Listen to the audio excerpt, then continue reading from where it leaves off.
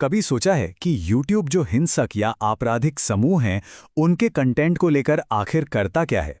देखिए, ये एक काफ़ी पेचीदा मामला है, पर यह समझना बहुत ज़रूरी है कि ये प्लेटफॉर्म हम सबके लिए एक सेफ जगह कैसे बना रहता है।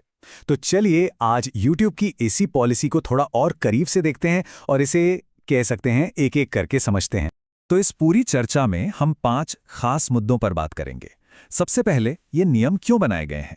दूसरा, किस तरह का कंटेंट बैन है? तीसरा, इन ग्रुप्स को सपोर्ट करने का मतलब क्या होता है? चौथा, क्या इन सख्त नियमों में कोई छूट भी है?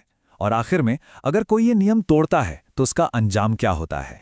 देखिए, किसी भी नियम को समझने के लिए सबसे पहले उसका मकसद जानना जरूरी है, और YouTube की इस पॉलिसी का मकसद बिल्कुल सीधा और साफ है: अपने कम्युनिटी को नुकसान पहुंचाने वाले कंटेंट से बचाना।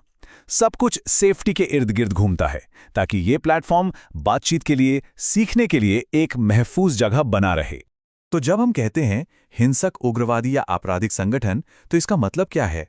असल में YouTube के लिए ये वो कोई भी ग्रुप है जो आतंकवाद में या किसी बड़े क्राइम में या फिर हिंसा को बढ़ावा देने में शामिल पाया जाता है। ये परिभाषा बहुत जरूरी है, क्योंकि आगे के सारे नियम इसी पर टिके हैं। ठीक है, तो अब जब हम ये समझ गए हैं कि बात किन ग्रुप्स की हो रही है, तो चलिए अब नियमों के पहले सेट पर आते हैं। ये खास तौर पर उस कंटेंट के बारे में है जो सीधे सीधे इन बैन किए गए संगठनों ने बनाया हो। यहाँ पर नियम बिल्कुल क्लियर है। अगर कोई भी कंटेंट, चाहे वो वीडियो हो, ऑडियो हो या कुछ और, सीधे किसी आतंकवादी या क्रिमिनल ग्रुप ने बनाया है, तो उसे YouTube पे अपलोड करने की इजाज़त नहीं है। ये एक तरह से एक लक्ष्मण रेखा है जिसे पार नहीं किया जा सकता। और यहीं पर कॉन्टेक्स्ट यानी कि संदर्भ की अहमियत समझ में आती है। मतलब, आप किसी आतंकी समूह का प्रोपेगेंडा वीडियो सीधे सीधे अपलोड नहीं कर सकते। लेकिन अगर कोई न्यूज़ चैनल या रिपोर्टर उसी वीडियो का एनालिसिस कर रहा है ताकि लोगों को उसके खतरों के बारे में समझाया जा सके, तो उसे इजाज़त मिल सकती है। सारा खेल मकसद का है। चलिए अब नियमों की अगली कैटेगरी पर आते हैं। ये सिर्फ कंटेंट बनाने की बात नहीं है, बल्कि एक कदम आगे की बात है। ये उस कंटेंट के बारे में है जो इन संगठनों की बढ़ाई करता है, उन्हें प्रमोट करता है या फिर किसी भी तरह से उनकी मदद करता है। ये नियम खास तौर पर लोगों पर फोकस करता है। मतलब, इन संगठनों के जो लीडर्स हैं, उनकी तारीफ करना, उनके काम को ग्लोरीफाई करना या उन्हें इस तरह से याद करना जिससे दूसरों को भी उनके रास्ते पर चलने की प्रेरणा मिले, ये सब सख्ती से मना है। ये एक बहुत ही अच्छा उदाहरण है जो बारीक सा फर्क दिखाता है। मान लीजिए एक गाना है जो किसी गैंग लीडर का जश्न मना रहा है, तो वो अलाउड नहीं है, क्योंकि वो उसके काम को ग्लोरीफाई कर रहा है। लेकिन एक डॉक्यूमेंट्री जो बिना किसी पक्षपात के उसके इतिहास और उसके जुर्मों को दिखाती है, उसे एजुकेशनल माना जा सकता है। क्यों? क्योंकि उसका मकसद समझाना है, जश्न मनाना नहीं। अच्छा, अगर कोई कंटेंट सीधे सीधे हिंसा की तारीफ तो नहीं कर रहा, पर उसे सही ठहरा रहा हो, तो ये भी एक बहुत अहम पॉइंट है। YouTube पर ऐसा कोई भी कंटेंट अलाउड नहीं है जो इन ग्रुप्स की हिंसा को, आप कह सकते हैं, जायज़ या ज़रूरी बताने की कोशिश करें। इस उदाहरण से बात और भी साफ हो जाती है। ये कहना कि कोई आतंकवादी हमला ज़रूरी था, ये सीधे सीधे पॉलिसी का उल्लंघन है। लेकिन दूसरी तरफ एक वीडियो जो ये एनालाइज करता है कि आखिर ऐसे हमले होते क्यों हैं और उन्हें रोकने के क्या तरीके हो सकते हैं, वो एक ज़रूरी बातचीत का हिस्सा हो सकता है। और हाँ, कुछ और भी ज़रूरी बातें हैं जिनका ध्यान रखना होगा। जैसे, इन ग्रुप्स के लिए भर्ती करना तो बिल्कुल मना है।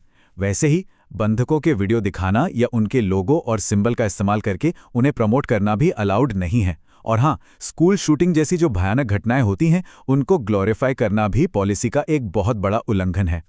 तो ये सब सुनकर मन में एक सवाल तो ज़रूर आता है कि क्या इसका मतलब ये है कि इन गंभीर टॉपिक पर कोई बात ही नहीं हो सकती? तो इसका जवाब है नहीं। और यहीं से इस पॉलिसी का सबसे ज़रूरी और कह सकते हैं सबसे दिलचस्प पहलू शुरू होता है। तो फिर इन सब सख्त नियमों के बीच YouTube इन ज़रूरी मुद्दों पर बातचीत की गुंजाइश कैसे निकालता है? चलिए अब उस खास छूट पर बात करते हैं जो प्लेटफॉर्म पर ज़रूरी चर्चा की इजाज़त देती है। इसे EDSA एक्सेप्शन कहते हैं। तो EDSA का मतलब है एजुकेशनल, डॉक्यूमेंट्री, साइंटिफिक या आर्टिस्टिक। अगर किसी कंटेंट का मकसद इन चारों में से कोई एक है, तो उसे शायद इजाज़त मिल जाए। लेकिन यहाँ एक बहुत बड़ी शर्त है। बनाने वाले को देखने वालों के लिए कॉन्टेक्स्ट बिल्कुल साफ करना होगा। मतलब, वीडियो के टाइटल या डिस्क्रिप्शन में साफ साफ बताना होगा कि इसका मकसद आलोचना करना है या विश्लेषण करना है, ना कि प्रचार करना। अच्छा, नियमों को जान लेना एक बात है, लेकिन ये जानना भी उतना ही जरूरी है कि अगर कोई इन्हें तोड़ता है तो होता क्या है। तो चलिए अब इस चर्चा के आखिरी हिस्से में हम ये देखते हैं कि नियम तोड़ने के नतीजे क्या हो सकते हैं। तो YouTube ना ज्यादातर एक 3 स्ट्राइक सिस्टम फॉलो करता है।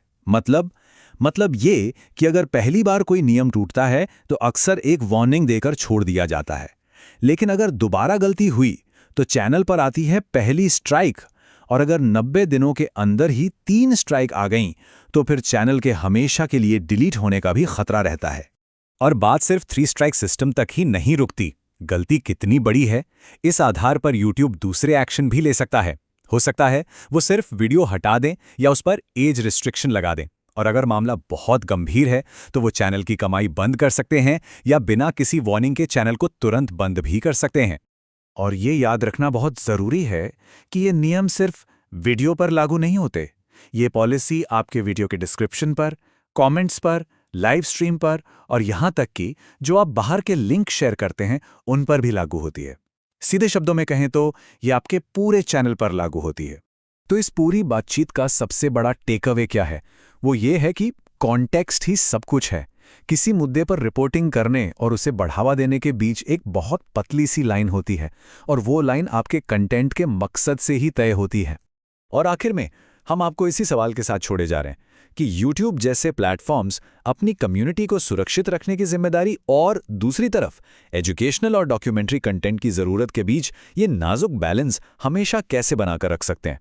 ये एक ऐसी चुनौती है जो हमेशा बनी रहेगी और इस पर हम सभी को सोचने की ज़रूरत है।